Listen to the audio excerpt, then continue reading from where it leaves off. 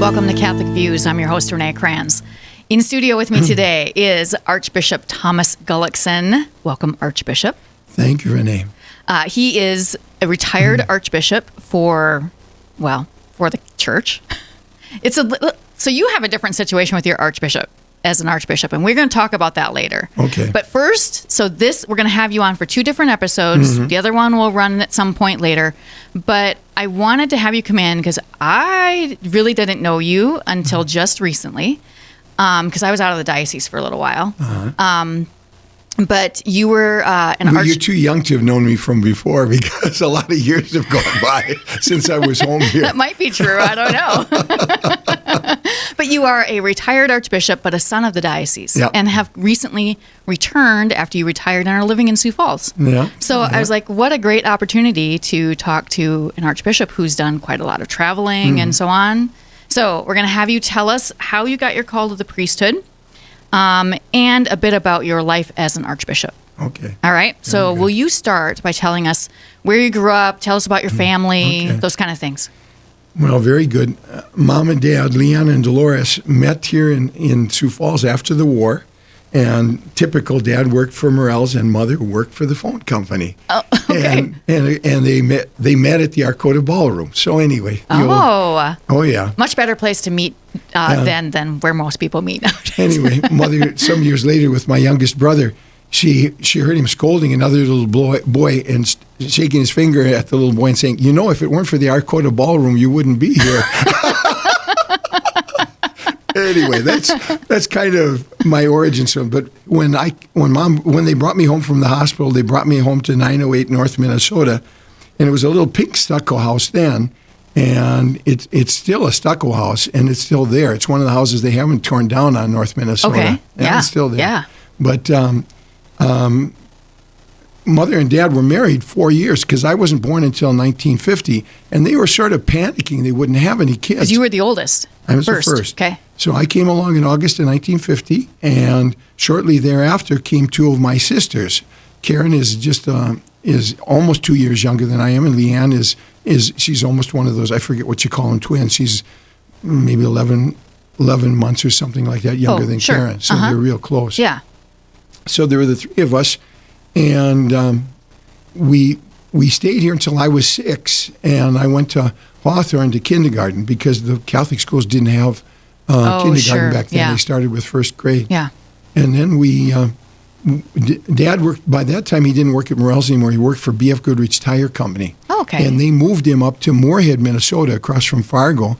And he had a wholesale territory, selling tires to gas stations along the Canadian border in North Dakota. Oh. And we were there for 7 years. And so after 7th grade, the company moved him back to Sioux Falls. Okay. And he had the wholesale warehouse for Goodrich on North Main. And so I finished 8th grade at Cathedral. And then I was in the first class that went to the minor seminary out at O'Gorman, which is the big class, there's with the 7 of us in it, with Father Wensing and Whole Heck 7. and all of those. Yeah. Well, anyway, seven who became priests. Is that what? Yes. Well, there's 7 of us in that class. But I mean, from the minor seminary, since age 14, I've known Father Heck and Father Wensing. So we're like family. We've known each other since we were 14 years old, and Father Landsberger joined a year later. Oh, sure. So since he was 15 years old, he's been part of the little troop of boys too. So anyway, but I finished high school then at O'Gorman, and then was sent on to St. Mary's in Winona, like everybody was at that time. And after college in Winona, Bishop decided to send me to Rome for theology. Okay. Which bishop at the time? That was Bishop Hoke. Okay. And it was kind of funny. Back in those days, Sioux Falls didn't send people to Rome very often. All right. Like every 20 years. Oh, wow. So there were 2 old priests when I came home for ordination that had been there 40 years before me. Monsignor P.C. Conway, whom I think his last assignment was out in Hartford or something. And an Irishman who studied for our diocese, who was in retirement at Christ the King when I was first ordained. And then 20 years older than me was Monsignor Mahold. Oh, sure. So, and then after me, then they started sending more often, and, the whole thing kind of went to pot. But what are you going to do? I was just going to say they figured you turned out okay so they could send more, but maybe not. I don't know what happened, but anyway, I think it was always sort of in protest that they sent people to Rome. So anyway, I did my 4 years there and then came home for ordination.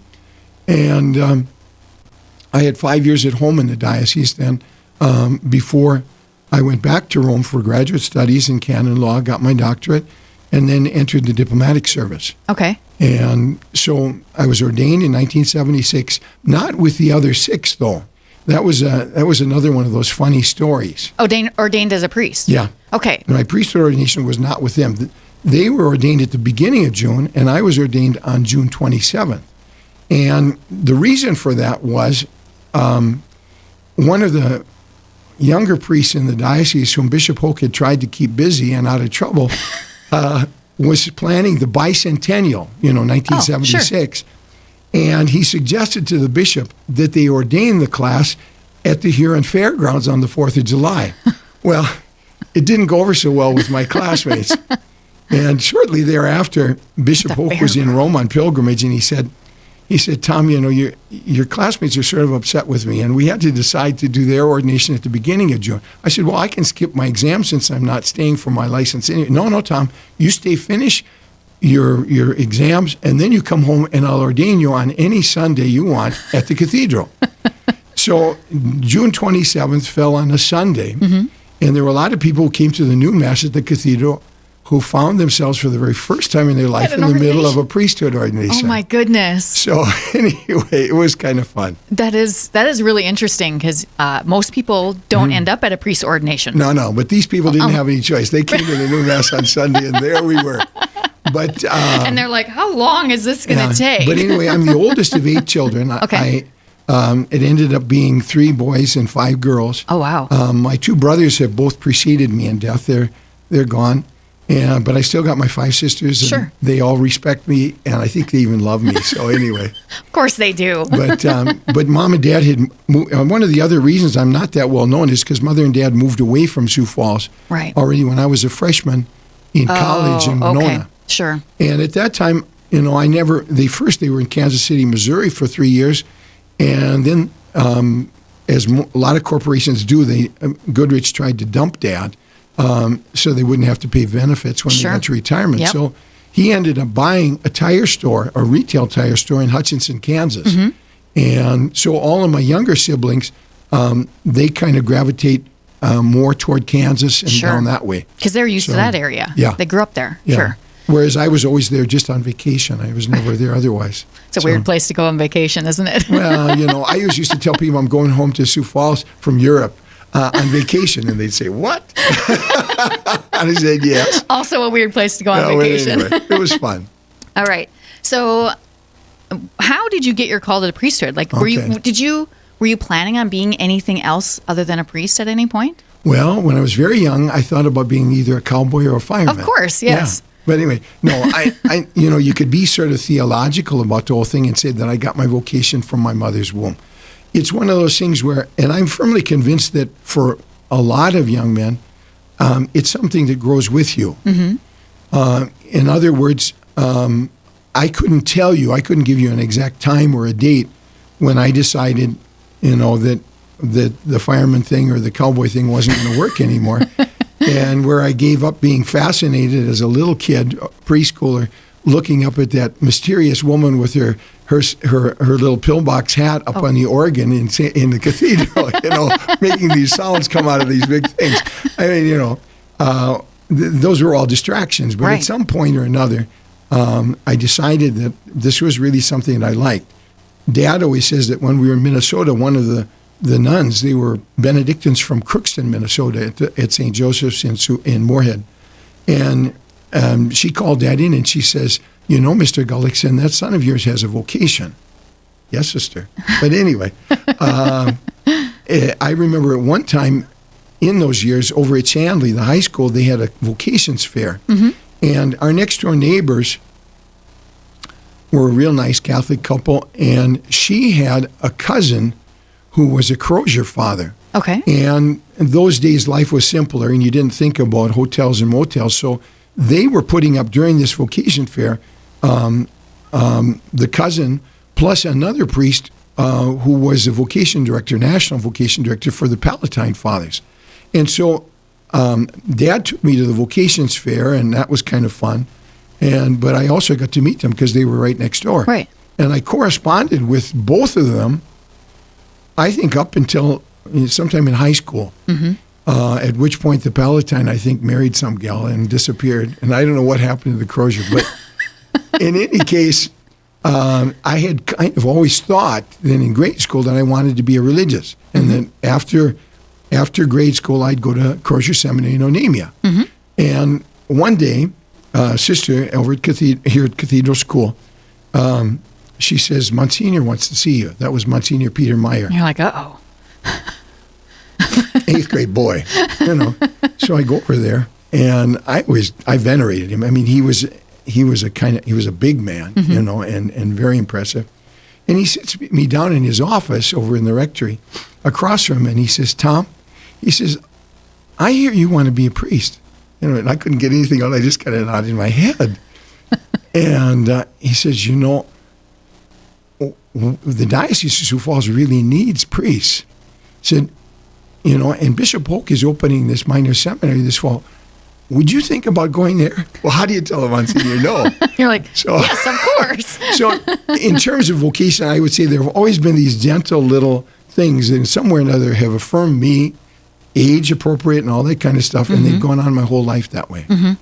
It seems like there was much more of that, like you had much more exposure to religious, to priests, to different people that could guide you in that than maybe a lot of young men do today. Which, although if parents can get that. Well, the guidance bit is kind of funny because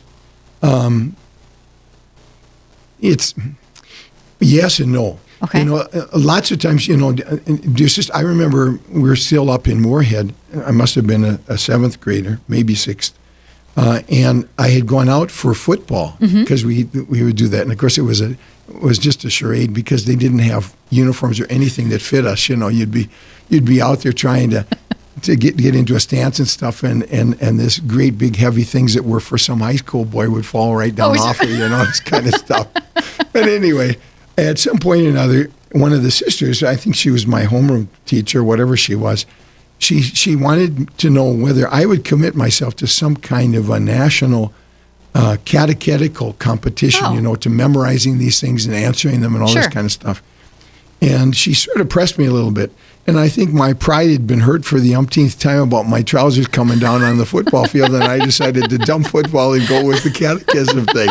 So it's because your pants were falling down. I don't know if there was any super discernment or anything in terms of vocation, but, these... I was not expecting that, Archbishop. Anyway, but just to say, we sometimes we play ourselves down. Yeah. But I don't really... That's probably true. I don't really think that as a child that the kinds of simple things that were being done for me were all that different than what happened now. But they were subtle and they were there.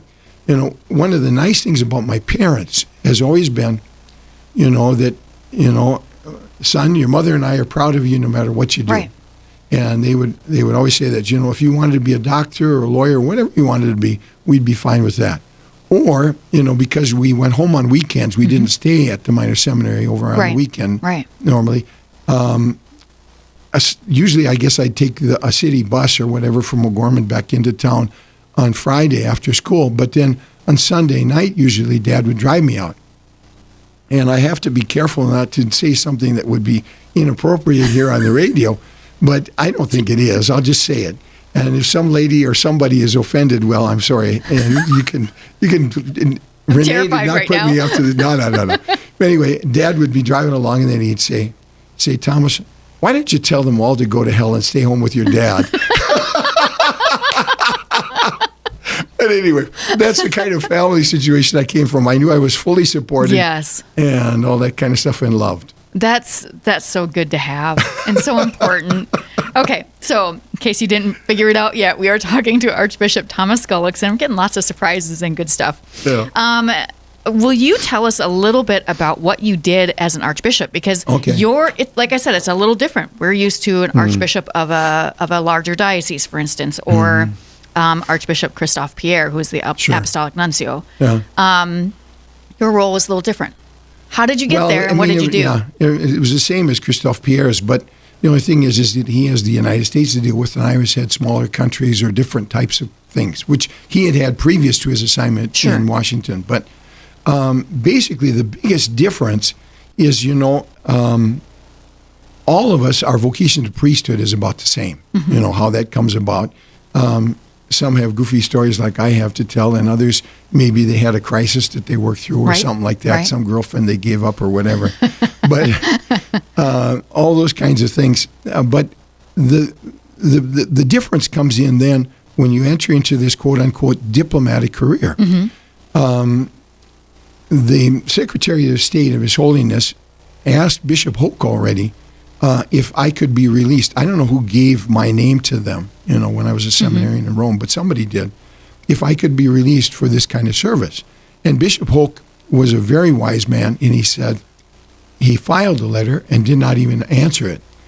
He said, Tom deserves to have some years at home as a priest. Enjoy that. Mm-hmm. And didn't think that as a young man, not yet even ordained, that I could make a decision like that. Right. And I think he was right. Right. And I was blessed with 5 years at home. Okay. I loved it. Which parishes were you at? Well, I was in residence at Christ the King. Okay.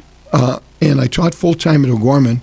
And then I went out to the minor seminary, and I was the last vice rector of the minor seminary for the last 2 years it was open. Okay. Because Bishop Hoke knew already that it needed to be closed, but he didn't want to compromise the decision of his successor, Bishop Dudley. Sure. And he didn't know it was Bishop Dudley yet when he made that decision, but so he did not close it, but it should have been closed already because the numbers were way down. Sure. And the other thing is that the world had changed from the time. Mm-hmm. When I went as a freshman in high school at 14, there'd be some tears at home from mom and dad, especially from mom, letting, their little boy at 14 leave the house. Right. Well, just that few years later, like 12 years later, all of a sudden it was a major tragedy to let your 18-year-old boy out. I mean, people, that was one thing. And then the other thing was,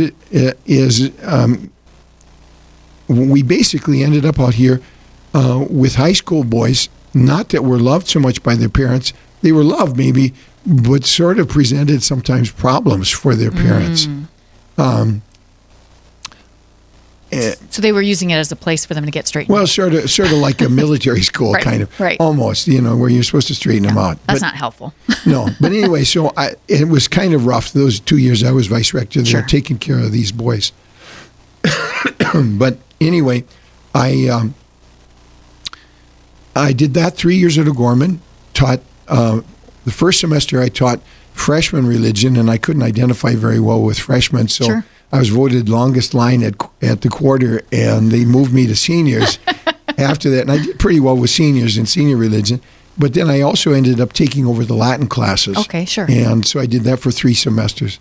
But then after that, with the minor seminary closed, Bishop Dudley moved me to the cathedral, and I was an associate there while Father Al was the pastor, and with Father John Miles was the younger of the 2 associates. And I was there for 2 years. And I was also Bishop Dudley's Master of Ceremonies for that time. Sure. So I had the 5 lovely years at home. I'm glad you did. Well, that's a good thing. It was really great. Yeah. And then, but anyway, they asked Bishop Dudley twice, and then he said, well, if they ask again next year, I'll let you go. And and they did. And they did. And so he let me go. But then afterwards, he took an attitude. He used to introduce me when I'd be home on vacation. He'd say, Tom is our gift to the Universal Church. And it wasn't much consolation for me, but he was sort of proud of it. But anyway, it was good. So that career goes on, and you can't really distinguish much. But the thing about becoming a bishop or an archbishop is that it's no longer a surprise thing where you're waiting for a phone call. You know that at some point or another, after you have 17 to maybe 20 years of service, they're going to call you and they're going to ask you if you're ready to take on the dignity of an archbishop and be the apostolic nuncio or delegate in this, that, or those countries. Okay. And so it basically is just a matter of time. So it's no longer the surprise. Right. So, you'll hear all these stories of regular bishops or I was flabbergasted.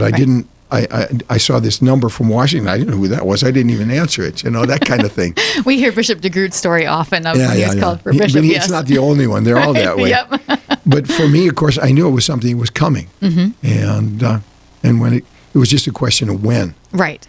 And so... in which countries did you serve? You served several places. Before I became a nuncio, my career, I started in Kigali, Rwanda. I was 2 years in Rwanda, but I didn't do very well for health. I had problems with malaria and other things. So after 2 years, they moved me. Then I was 3 years in Vienna, Austria, which was nice, although interesting time. And then I had the honor of opening the nunciature in Prague, which in 1990. So it opened, after the fall of the Berlin Wall. Right. And I prepared for the first nuncio to come there who hadn't been there since before World War II. Right. And so I had 3 years there, very interesting. Then they sent me to Jerusalem because I was a native English speaker, and they wanted me there for the negotiations between Israel and the Holy See for diplomatic relations between Israel and the Holy See. So I was there in Jerusalem for 3 years. And then I went to Germany, and I spent over 8 years in Germany. And the reason for that is that the nuncio at that time in Germany had been one of my professors in the academy, and he wanted me. And he had a lot of pull in Rome, so he got me, and he kept me for the whole time, his whole 6, almost 7 years, and so I was a total of 8 years there. And but at that time, at some point or another, I had my years, and then I just had to wait until I got Archbishop Loyola's successor settled in as nuncio in Berlin. Sure. And then when that was done, then they could name me. Yeah. And so then I had, as a nuncio, I spent the first 6 years in the Antilles Episcopal Conference. So I lived in Trinidad, and I was responsible for 12 sovereign nations plus British, Dutch, and French territories. So a huge Bermuda Triangle, from Bermuda all the way to Cayman, all the way down to French Guiana on the continent. Mostly water, very few people. But anyway, a lot of travel. Yes. And then, out of the blue, they sent me to Kiev, Ukraine. Oh, right. And I spent 4 years as the nuncio in Kiev. And, of course, that was the beginning of all of this sad stuff which has happened. Right. The pictures you may remember of all that fire and fighting in the center of Kiev was a 20-minute walk from my house. Oh, wow. So it was right there. And Archbishop, I'm going to stop you right there. Okay. We're going to, if it's okay with you, because we're running out of time. I have to give Dr. Bergwald a little bit. But if it's okay with you, I want to pick this up as we'll do a little bonus episode for those of you who can come over to YouTube at SF Diocese, and we'll finish up the Archbishop's story of how his travels in Europe. Yep. And I want to ask you 2 other questions, which is what has been the biggest blessing of your priesthood and the biggest challenge. Okay. So we'll wrap that up, and you can come find us on YouTube at SF Diocese and check out the additional piece with Archbishop Gullickson. So that is it for us today. Hope you'll join us again next week for more Catholic Views.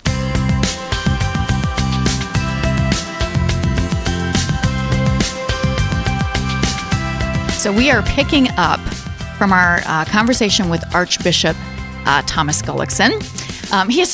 There's so much that has happened in your life, and so many good stories that we couldn't fit it all into that 20-minute time period. So we wanted to pick up and have a little bit more time with you so that people can get to know you a little bit more and hear about your story. So we had left off with your time in Ukraine. Right. So if you'll tell us about the rest of your time as Archbishop, and then the other 2 questions we wanted to talk to you about. So anyway, Ukraine was, of course, it was a heartbreak because of this. Because everybody tries to put this whole Ukraine thing in terms of the corruption and this, that, and the other thing. But all I could see are the regular people, and the way they're suffering, whether they're women and children or young people or whomever they were, and they were all victims of things that were. The quote unquote oligarchs, the big movers and shakers, were making their lives miserable or even causing them to die. Right. So, in any case, I did a little bit with my blog and a little bit of kind of stuff online, and I got myself into a situation where people in Rome were sort of nervous with me. Oh, no. And then I, at some point or another, I just didn't think that the Holy Father was receiving the right kind of advice from my superiors, from his closest collaborators. And some things came up, and I said I had it. And so I wrote my letter of resignation. I said, Holy Father, I'm 65 years of age. I have so many years in the field, which is equivalent to the amount I need for retirement. Retire me. Well, this got their attention in Rome. And and I got a phone call back from an archbishop who will remain unnamed because of subsequent stories in his life. But anyway, he says, well, why don't you take a vacation, and we'll talk when you get back, Sure. and so on. So I took a vacation. We came back. And he said, well, you still decided on this thing? And I said, yes. And then somewhere or another, they decided that they would make me an offer that I would refuse. That you would refuse. That I Okay. would. No, that I would refuse. But I didn't. And that is when he called me back, he said, the Holy Father would like to make you a nuncio in Switzerland. And I said, good, I'll go. And there was a long silence. And the Archbishop on the other end of the line said, could you tell me why you said yes so fast? And I said, well, my sister lives there. I think it would be great to live near her for a few years. I've never been that close to family in my life. So anyway, okay. So anyway, then I spent the next 5 years until I hit 70, Sure. which is for members of the Roman Curia and for nuncios, we can, as opposed to bishops who should wait till they're 75, Right. we can present at 70. Sure. So my 70th birthday in August, I presented my thing, and the Holy Father said, stay till the end of the year and then come home. Good. So that was a lot of travel in Europe. Yeah, Yeah. I don't really like to travel. No? Gosh, you moved What are a you gonna lot. do? Yeah. That's a lot more. Actually, probably more moving than a diocesan priest, really. Because most diocesan priests move every, 6 to 10 years, probably? Yeah, So- we averaged 3. Although I had the fortune of being those 8 years in Germany. Yeah. That was kind of nice. It was sort of stable. Yeah. So I know you have a little bit of a cold and Yeah. struggling with coughing. My luck. I'm so appreciative that you came in anyway. Yeah. Can you, if you have it in you here right now, can you tell us what was the biggest blessing of your years as a priest and as an archbishop? I suppose getting to know people. I have, especially lay people, I have had marvelous encounters with very simple but also very great and very neat folks.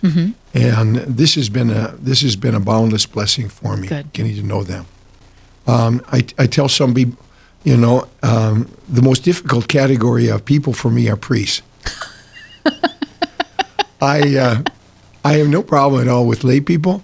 Permanent deacons are even good, and bishops aren't bad. But with priests, for some reason or another, there's a level of hurt sometimes or suffering, which makes those kind of relationships kind of difficult sometimes. Not always, but sometimes. Yeah. And so it's they're the most difficult category. But I've had any amount of joy from lay people. Yeah, that's fantastic. Any challenges, or was there one big challenge as a priest that has stood out? Well, I suppose dealing with Rome. And here you were an but I think you went the wrong direction. No, I mean, it's one of those deals. I mean, I had an awful lot of very joyful things, but, I would, a diplomatic career like mine, I'd never recommend it to any priest. Sure. And it's not just because of personal experiences that are tied to me, but it's the way the world has changed. Yeah.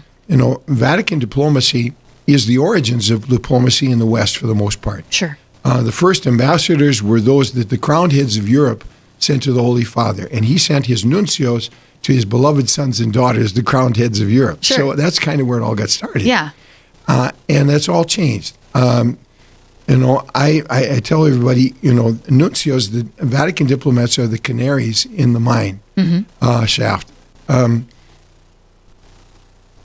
Secular ambassadors or diplomats, they've kind of retooled, and they're basically they sell their country's products and culture. Sure. But we don't have to do that. By rights, we should still be going for tea with the Queen Mother and trying to convince her to get her son, the king, to do something or whatever. Right, you know? right. And it just doesn't work Right, anymore. right. It's a gone by era. Yeah.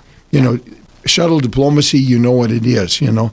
And Joe Biden or whomever it is jumps on a plane and goes someplace. Right. And the ambassador, I used to have these ambassadors in Switzerland especially, they would just be frustrated because of this quote-unquote Davos thing, you know, this time of year every year. He says, I'm just a tour guide. He says, I got to reserve rooms for all these people who are coming, you know, and they'd get frustrated. But that's the nature of diplomacy today. It's not what it was. You're no longer an ambassador extraordinary at plenipotentiary. Right. It's just not what it is. Right. I would have been better and probably happier if I'd stayed home. Well, I'm glad you're home now. That's what I was just going to say. Yeah. I'm really glad that you came back to Sioux Falls in retirement. And what's really great is now you can say Mass at different parishes. I know you're kind of filling in for Father Mason for a little bit at Holy Spirit right now at my parish, which has been fantastic so far.